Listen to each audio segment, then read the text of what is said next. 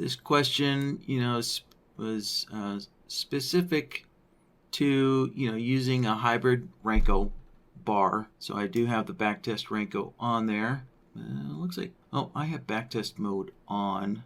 Hold on, let me make a quick change here. I'm sorry, backtest mode is off. Let me turn it on and make that change. There we go.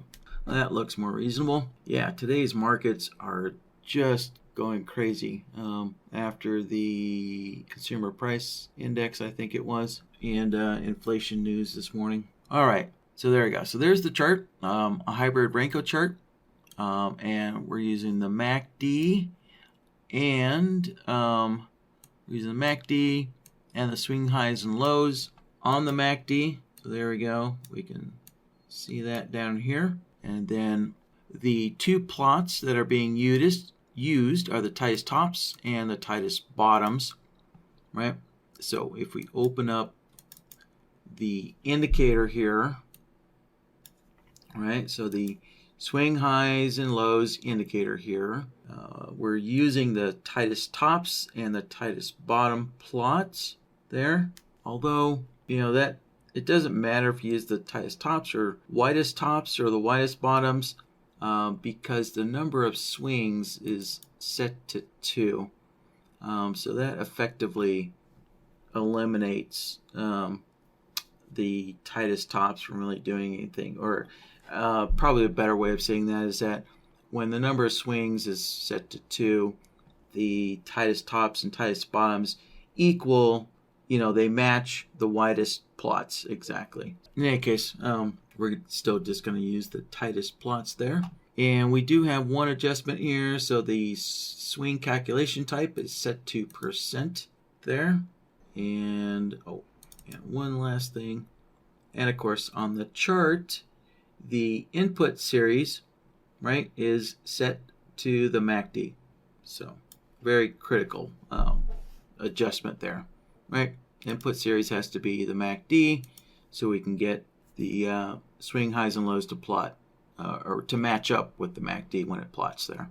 Okay, now we can get down to the pattern here, right? So essentially we're checking when the tightest bottoms and the tightest tops increase, when they step upward, right? When they step up, then that'll generate a long signal.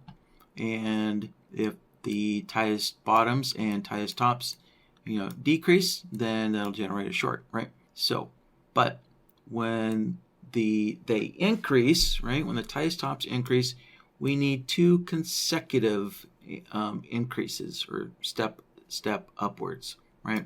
And same for the tightest bottoms. We need 2 consecutive, stepping upward, right? So in other words, the green plots need to step up 2 times and the red plots need to step up 2 times. And we do have a screenshot here from Dean to help us out. Oh, and actually there is a setting on the backtest Renko that I did not get. So it's 5, 5, and 10. All right. So let's make that adjustment. If you're using a Renko bar, sometimes it is important to make sure that, that you pass on all the settings, especially more so with Renko, with these hybrid Renko bars, because, one simple adjustment like that can really affect how indicators behave, how the results that they plot can really affect that. So, all right, so let's make that one last adjustment there. There we go. So 5, 5, and 10. And also let's make sure backtest mode is on. Actually, hold on. Let's just double check. Actually, no, it looks like backtest mode is off.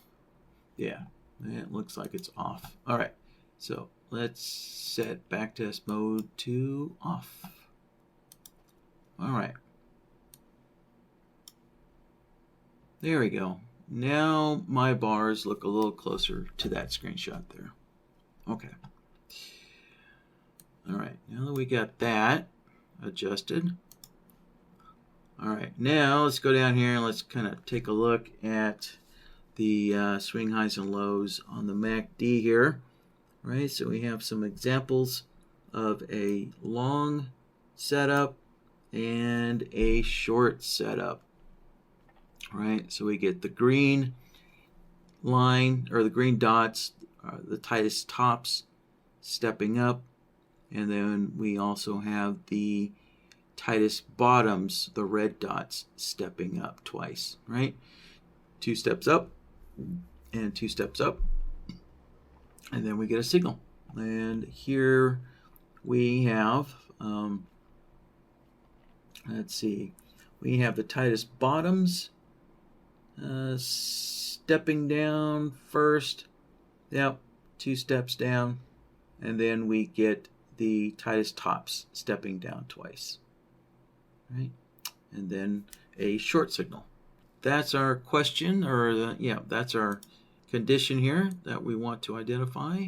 Okay, well, I already have BloodHound on my chart already, so I could just go up to the top here. All right, and so there we go. We got BloodHound open, and so the first thing we want to do is create a file name, right? So you can tell up here on the top title bar here, it says unnamed. So, right, so this is going to be a brand new system, and there's no file name saved yet.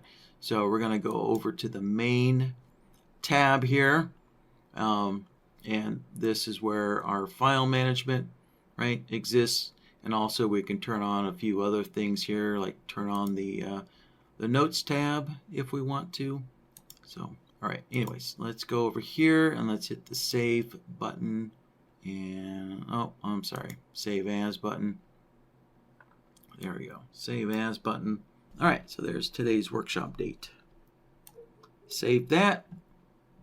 Okay, so now we can see the file name up on the top there. So now we know all of our work will get saved to that file. Right.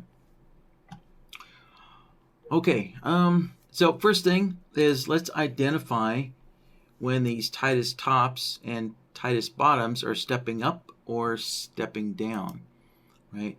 So we're, comparing,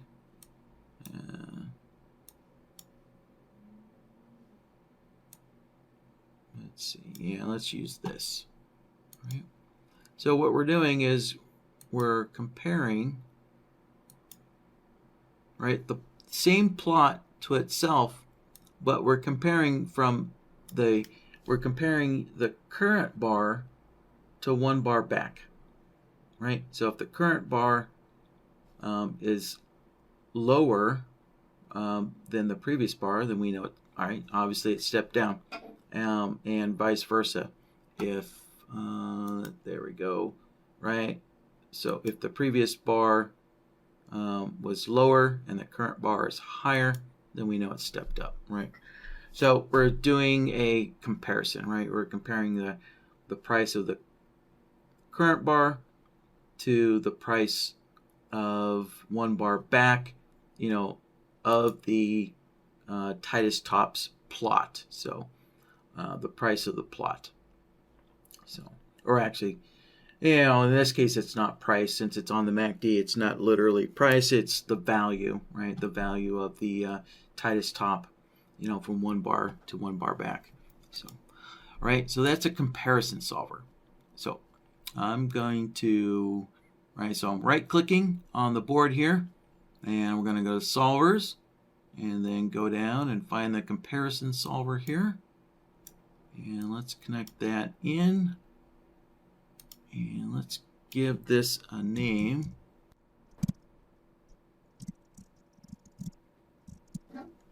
All right.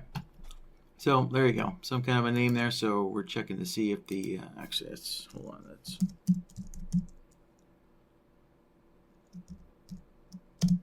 There we go. A little less cryptic there. All right. So we're checking if the swing high low, tightest top is stepping up or down.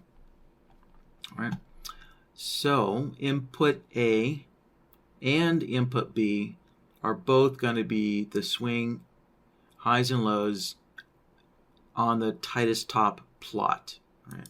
So let's go set up input A. All right, so let's go into the chart folder and select the swing highs and lows there. And remember, we have the calculation type set to %, and the number of swings is knocked down to 2, right? And what that helps do is the plots, right?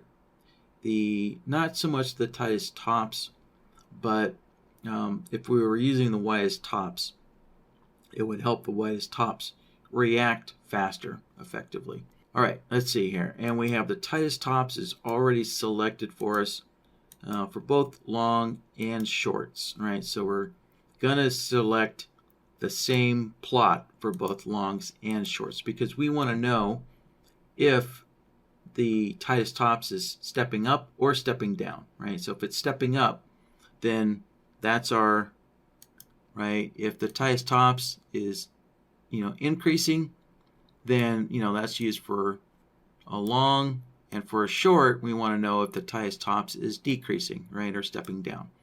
So, right, and I make this point because quite often, a lot of times we'll kind of pick one plot for longs and the other plot for shorts. So, like that or like that, right? Quite often we're using two different plots for a long and for a short, but this time we're using the same plot because we want to know if the tightest tops are stepping up or stepping down. So, all right, so we can click OK now, and then input. Oh, sorry, one last thing. Sorry, got ahead of myself.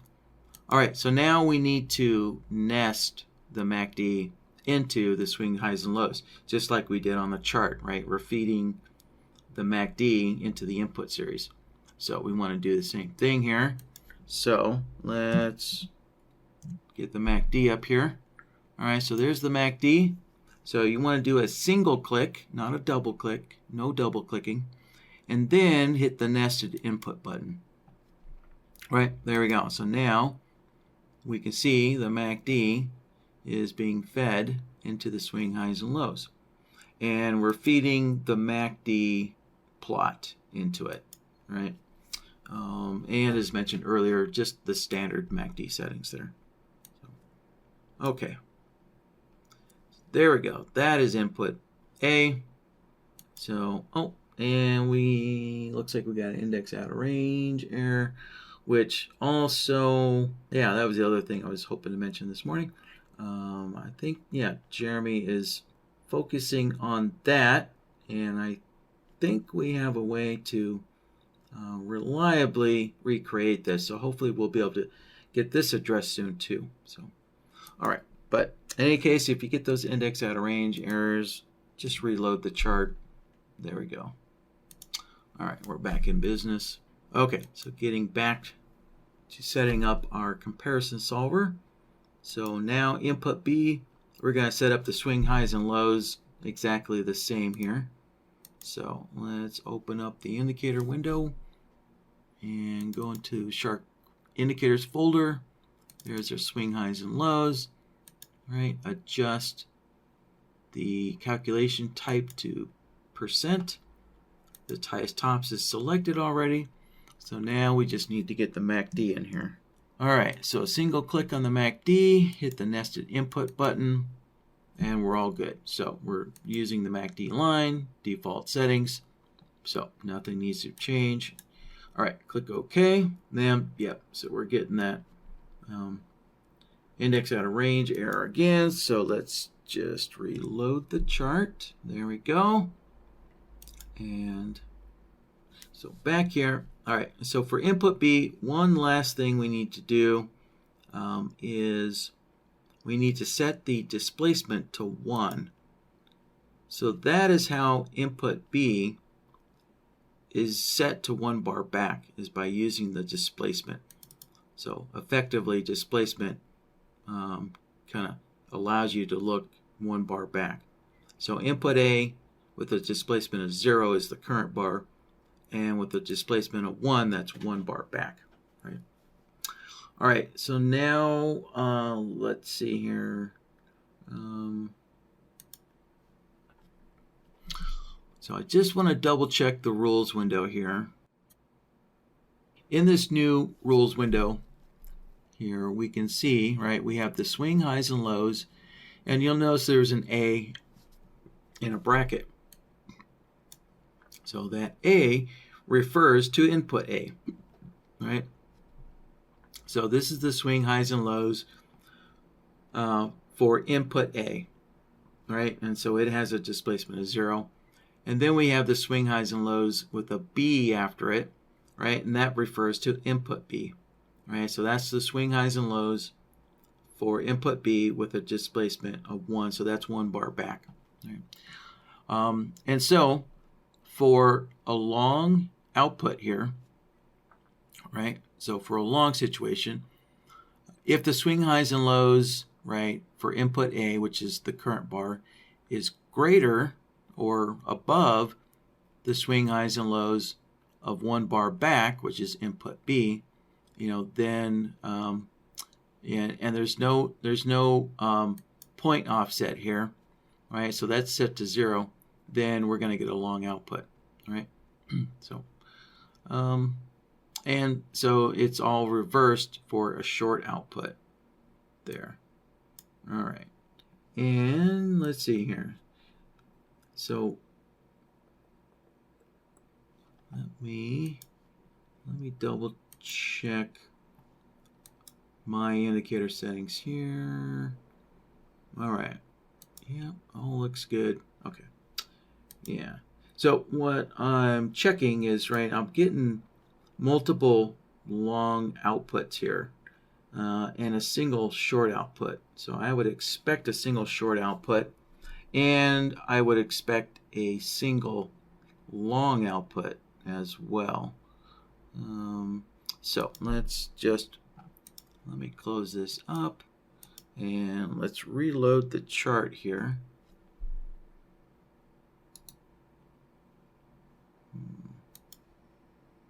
Oh. Okay, yep. I think I just realized what I did not set correctly. All right, so an input B. Yep, there we go. The number of swings, I left it on 4. So that's why, right, I was not getting the output I expected, right? I was getting multiple long outputs, and it's because I forgot to make an adjustment. So there we go, number of swings to 2. And so now, there we go. Now things are cleared up, all right? So let's kind of inspect this here a little bit, right? So when the green dots, the tightest tops, whenever they step up, right, we get a long output there. And whenever they step down,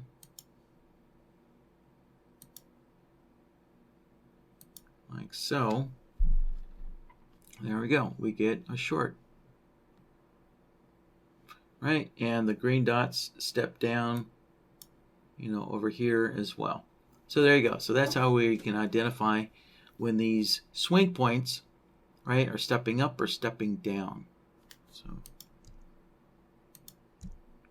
all right, so now we're just going to do the same thing, but for the tightest bottoms, right, or the red dots.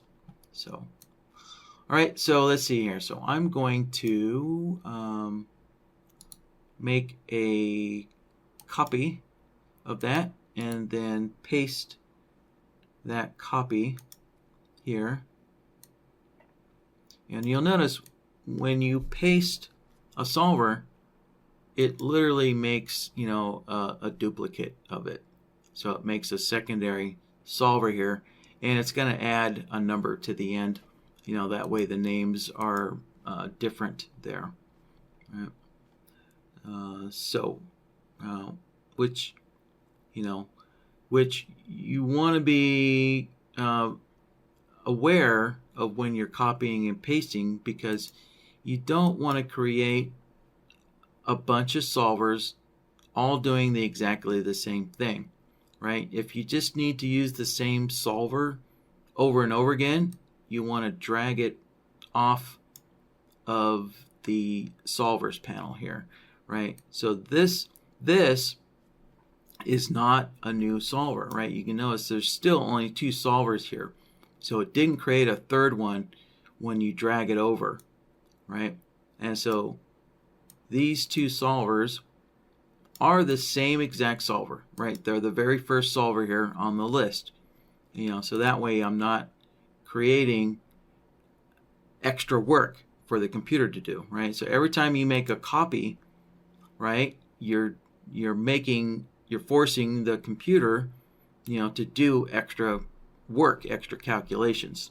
So just be kind of aware of, do you really need to make a new copy, or do you just need to use the same solver again, somewhere else, in your system here, right?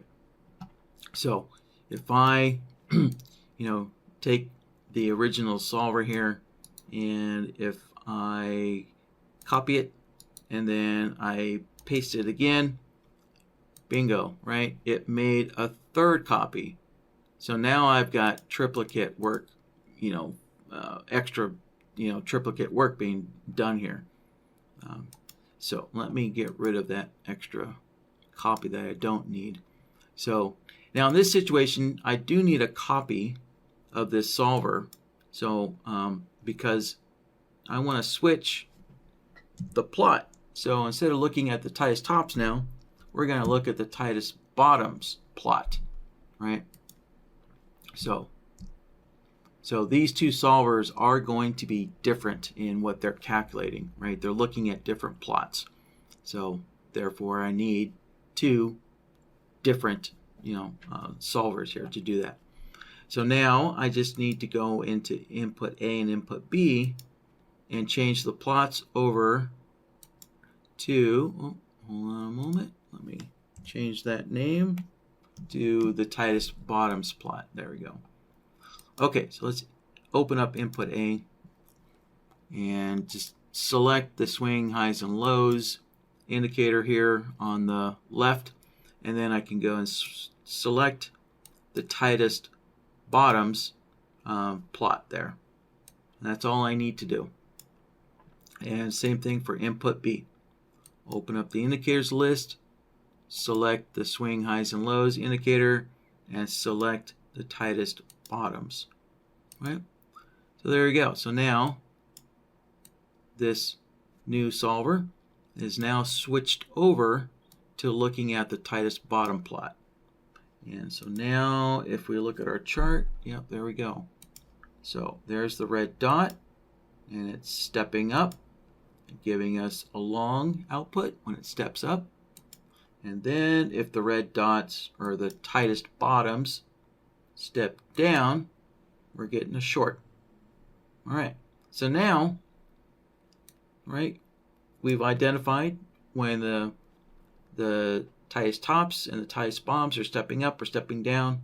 And so now we just need to start counting these systems here. Let's see here.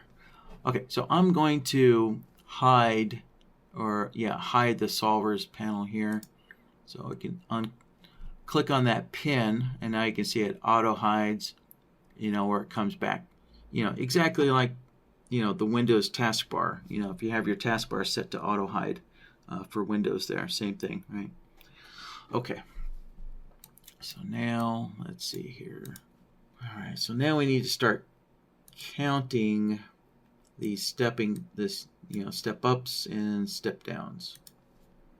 So let's see here. So we're going to need a function node, and we need the signal counter. Okay, let's connect that up.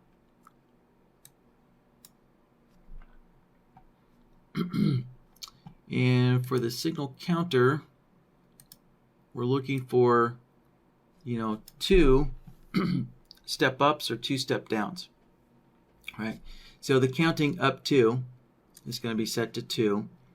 And the look back period, that takes basically just some kind of an educational guess to, see like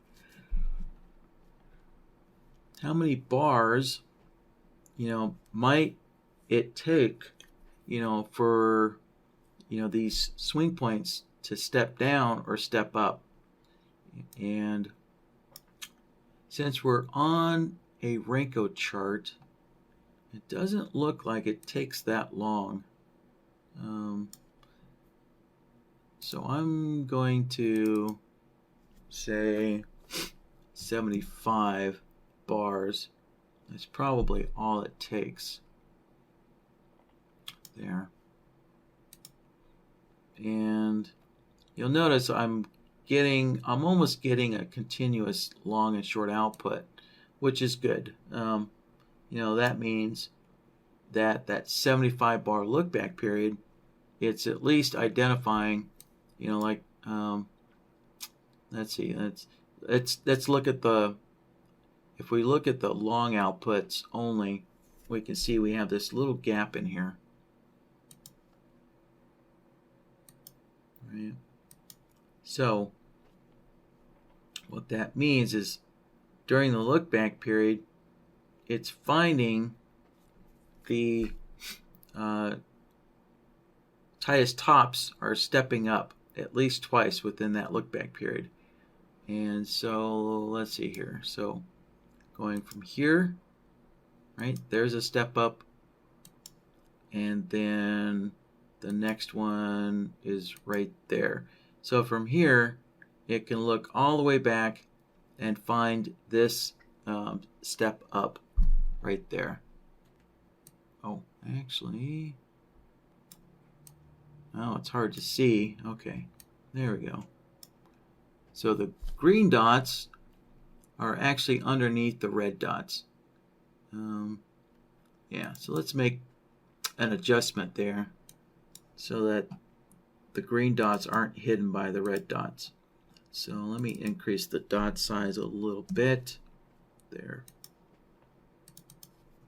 What happened? Huh. Weird. Ninja didn't take it. All right, let's try this one more time. Set that dot size to 3. And there we go. Okay. There. So now we can see the green dots behind the red dots. All right. So actually this step up was back there. There we go. All right. There. So, so when we get to this bar, this bar right here is 75 bars going all the way back to this step up. Right.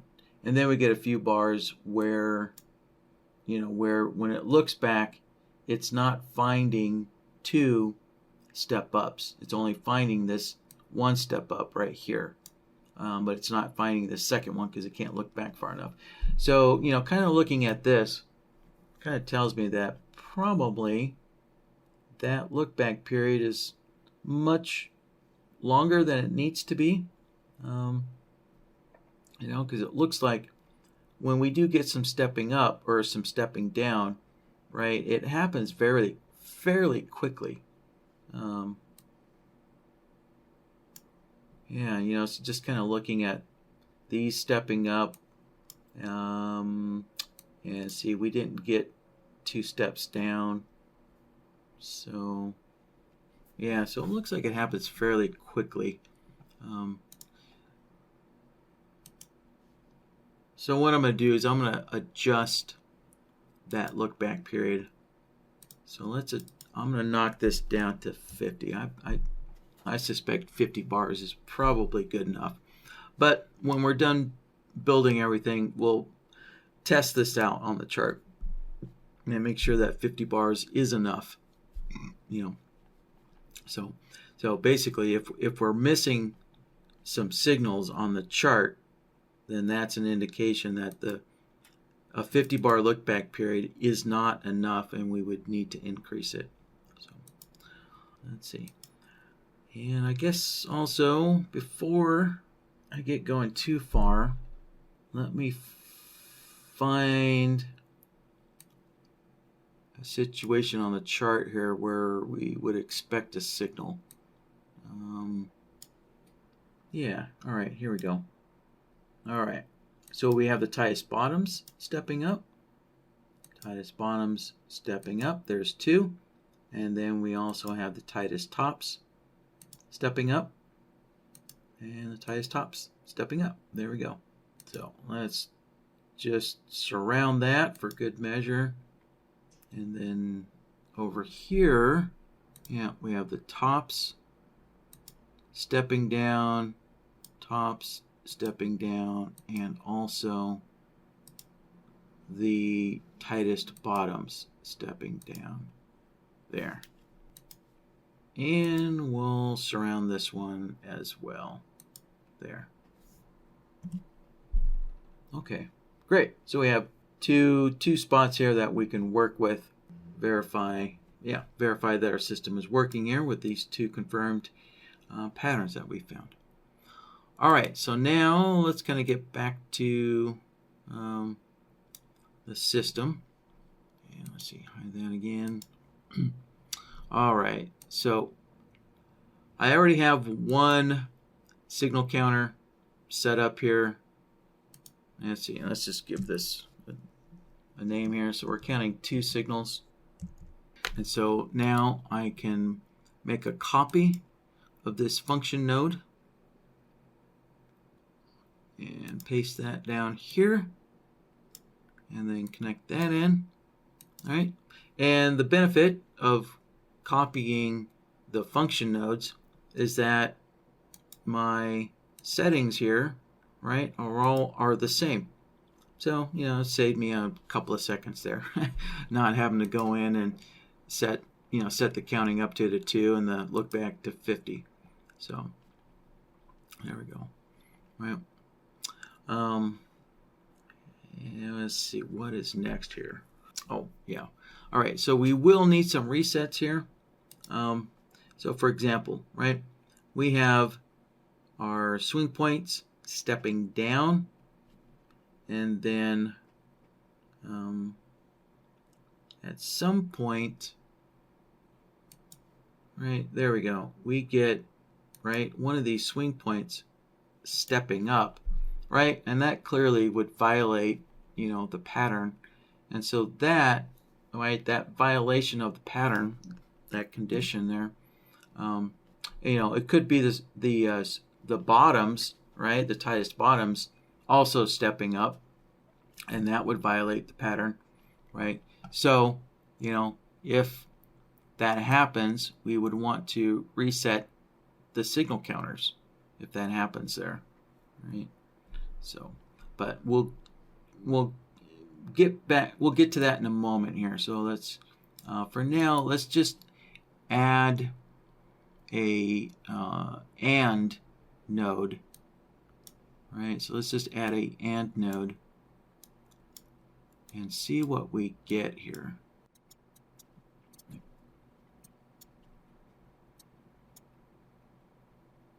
Let's see. So we're getting a long output here. Oh, yeah. All right. So looking at this,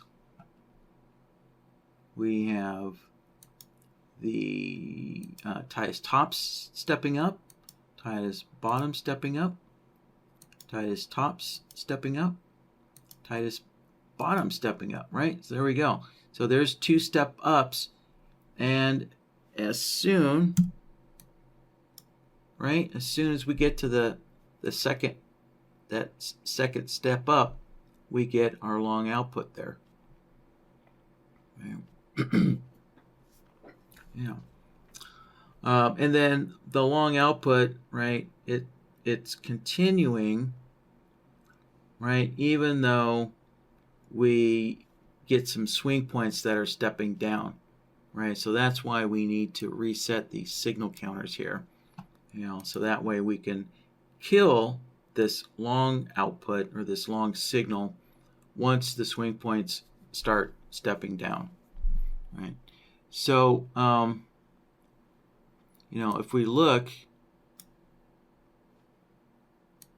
right, if we look at the individual solvers here, right, when this tightest tops step down, it's generating a short, right? So if we see a short signal, then that is what we would use. That's what we would use to kill the long output, right? So we would reset the signal counter when it's counting the long outputs, right? And same with the other solver here, right? So this solver, right, when the tightest bottoms, right, the red dots, when they step down, they also generate a short output, right? So it doesn't matter if it's the swing tops or the swing bottoms, whichever one steps down first, that's a violation of the stepping up pattern that we're looking for, right? So for both of these, we're going to use, so for the signal counter, let's connect that back up. So for the signal counter, right, when we get a long output because they're stepping up, then we want to turn off that long output when those swing points start stepping down, right? And vice versa for the short output, right? Yeah, if you notice, right, this short output, it turned on as soon as the tightest tops step down. And that's because, looking back here, if we look back far enough, right, we have the tightest tops stepping down, tightest top stepping down, and the tightest bottom stepping down, and then it moves over here and we get another one, right? But in between we had these swing points stepping up. So this step down, that's a step down. And if we look back 50 bars, well, we can find these other step downs, right? So that's why we have to use the reset, because sometimes, right, this look back period can be too long. In a sense, it can be too long, but it's necessary that it be too long, right? And we just need, a proper reset of the signal counter, in order to get everything, working as we'd want it. So, all right. So, anyways, let's build that reset signal here. So we need a logic node and we need an OR logic. And we're going to feed that, right? We're feeding both the tightest tops signals and the tightest bottom signals into the OR node.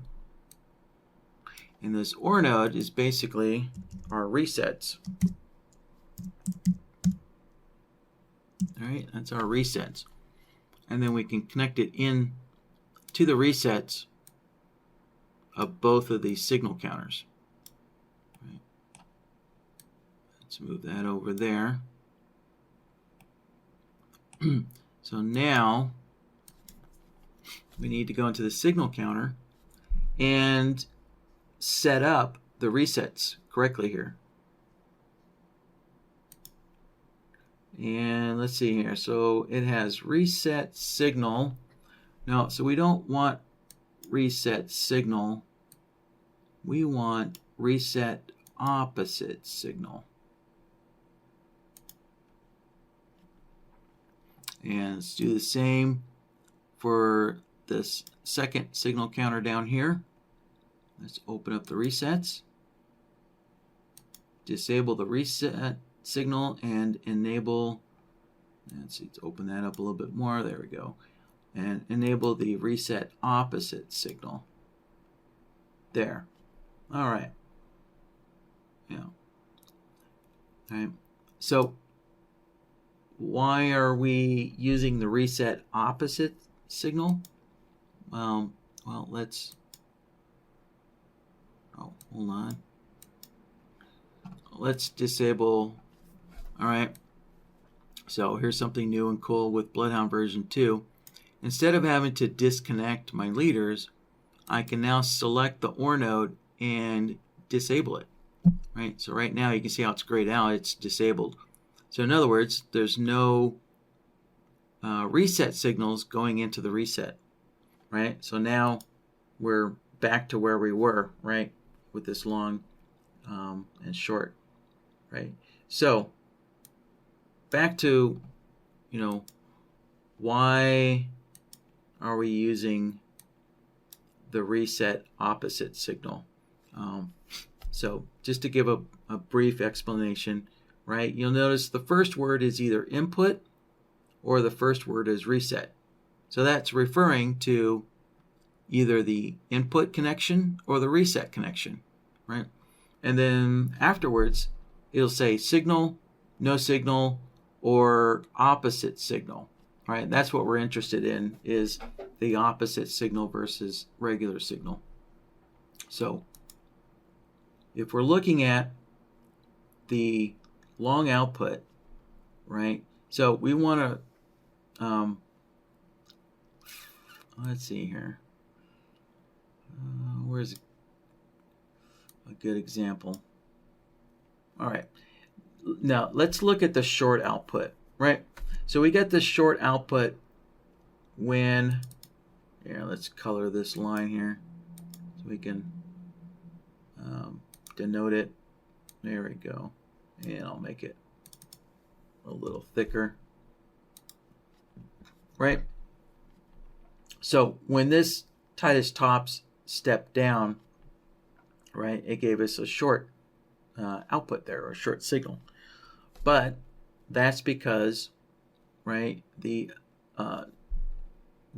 swing points are stepping down further back here, but in between we have swing points stepping up, right? So when the swing points are stepping up, that stepping up is the condition we want to, reset the short output, right? Because the swing points were stepping down, and then they didn't step down that second time, right? Actually, let's see, the bottoms actually did step down twice, but the tops didn't step down twice, right? So the pattern was not complete.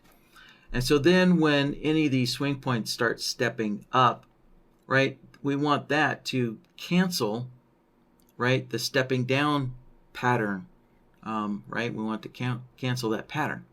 And what is that pattern? How are we finding that pattern?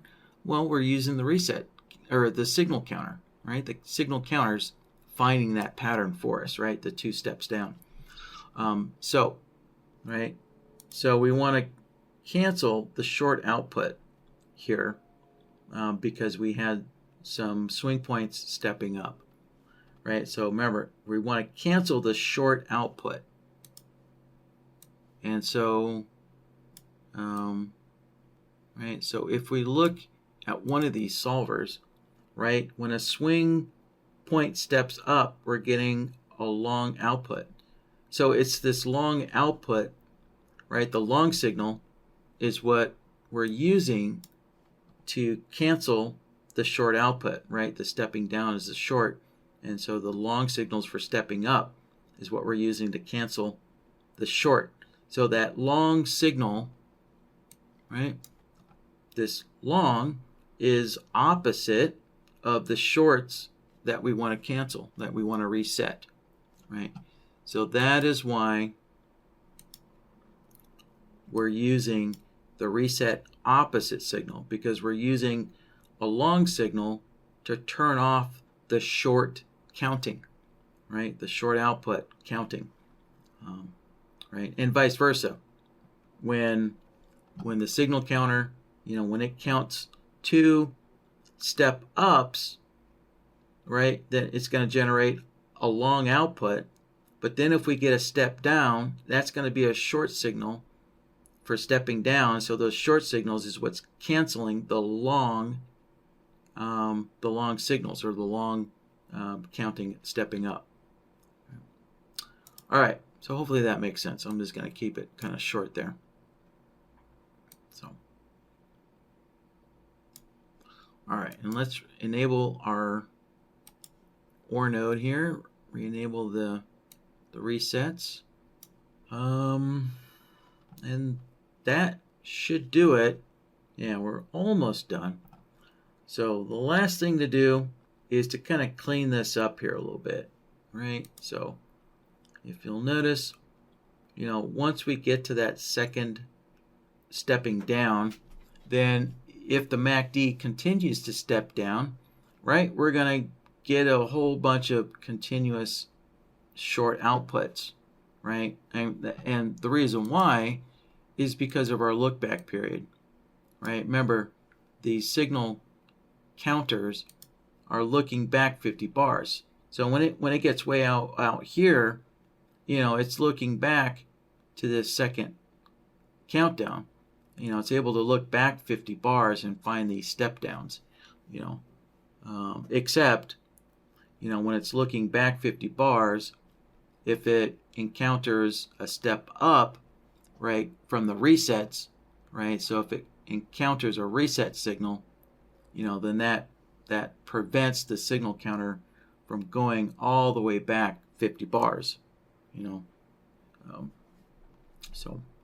but most likely, instead of these continuous short outputs or continuous long outputs, probably what's wanted is just a single long and a single short output.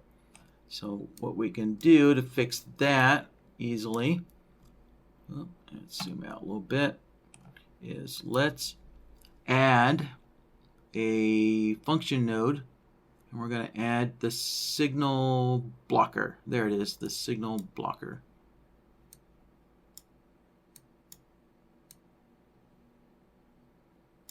So, and let's see here. The block signals 4.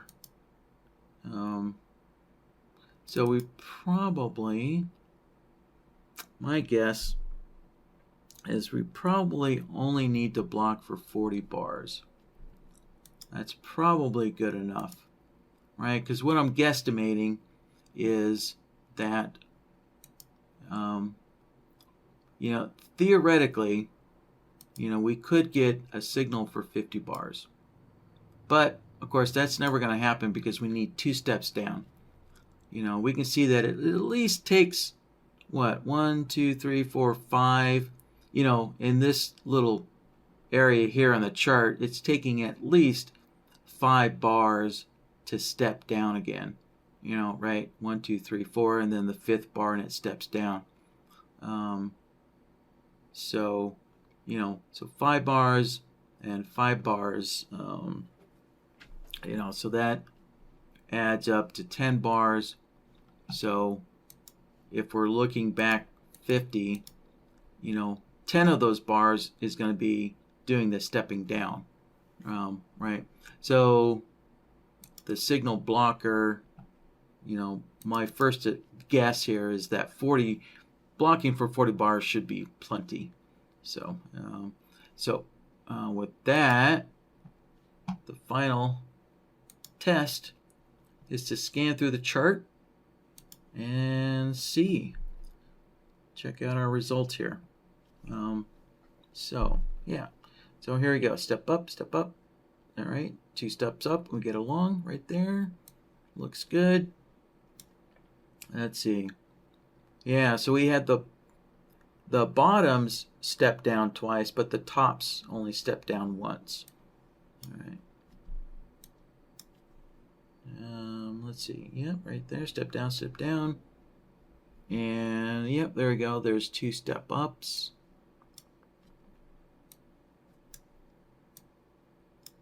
All right, yep, a couple of step downs right there. Let's see, right here, the bottom stepped up twice, but the tops only stepped up once. All right.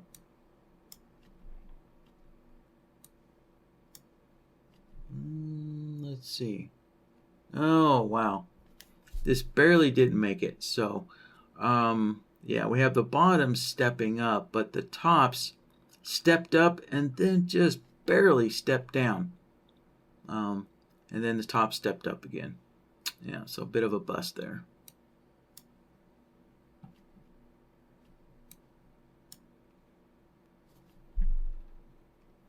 Let's see. So, yeah, we have the tops stepping up and the bottom stepping up. Tops and... Oh, yeah, okay, so looky here. See this long signal? Kind of in the middle of nowhere, right? It's not correlating with the tops stepping up. So that's an indication that our signal blocker isn't blocking long enough. Yeah. All right, so let's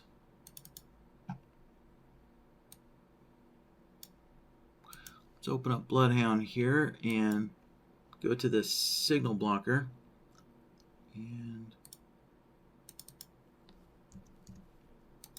right, I'm going to utilize this blocked output here. Right, this blocked output kind of is for troubleshooting. So you can see, right, I get this little tiny output, right? So I set it to like something really small, like 0.2, you know, maybe 0.1, 0.2, 0.3, whatever. And so that tells me, when I see this small output, it tells me that the signal blocker is blocking, right? So I get this long signal, and then it's blocking, and to me that looks about like 40 bars, and then a signal gets through, and then it continues blocking again, right? So that tells me that this blocking for that long. Oh, okay, actually 40 probably is enough. So yeah, so what happens is our stepping up pattern is continuing. Oh, okay, so I think what we need is to reset the signal blocker as well. So let's tie that in there. All right, and so for the signal blocker, we're going to go into the resets.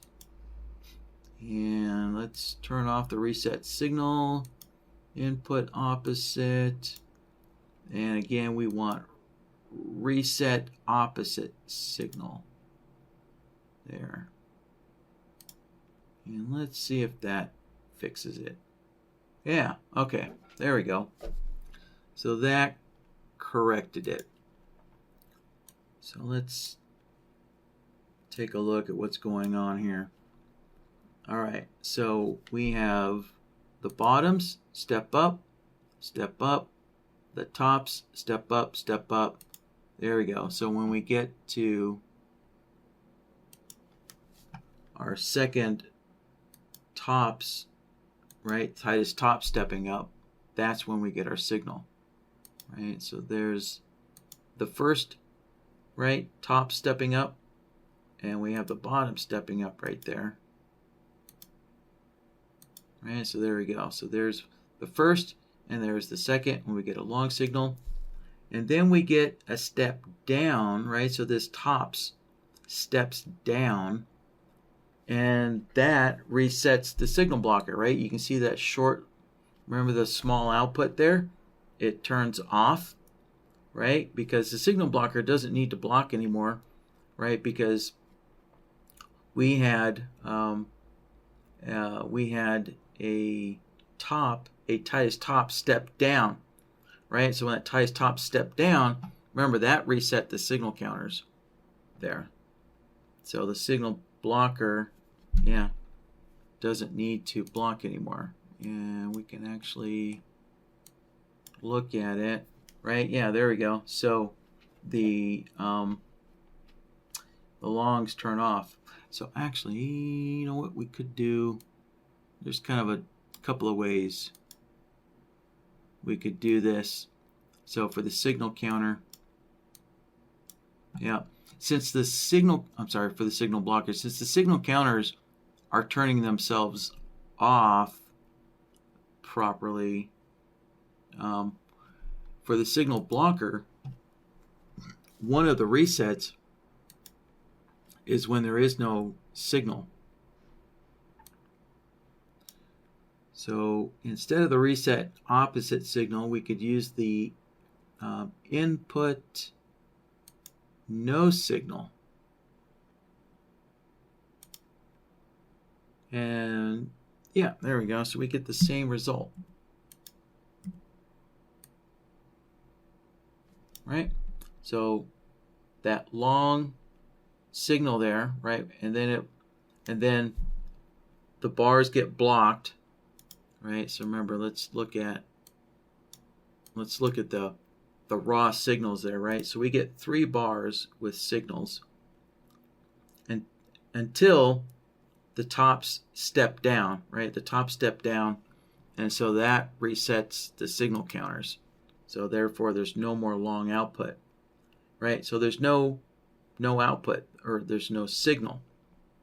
And so in the signal blocker, right, the input no signal, right? So when those signal counters turn off, there's no more signal. Well, that also is the condition for resetting the signal blocker as well. So there was 2 ways to go about resetting this signal blocker here. All right, so back to this situation here. So there we go. So we have our 2 steps up, our long, and then we have a step down, and then we have to start counting the steps up all over again. So we got 1, 2, and then 1. Actually, that should be 2 and 2. So we had 1 and 1, and then 2 and 2. And there is our long signal. All right. All right, let's continue scanning through here. Well, let's see. We get some tops stepping up. Oh, we had a top step down just before the bottom stepped up. All right, yeah. Didn't quite make it there. Well, let's see. We have a bunch of stepping down. All right, the top stepped down, but then it steps up. All right, so that kind of reset everything. So step down, but then we have our bottom stepping up. All right, yeah, so this weird little zigzag here on the MACD kind of killed the stepping down there. And let's see, all right, yep, so we have the tops stepping up, top stepping up, and the bottom stepping up. Yeah.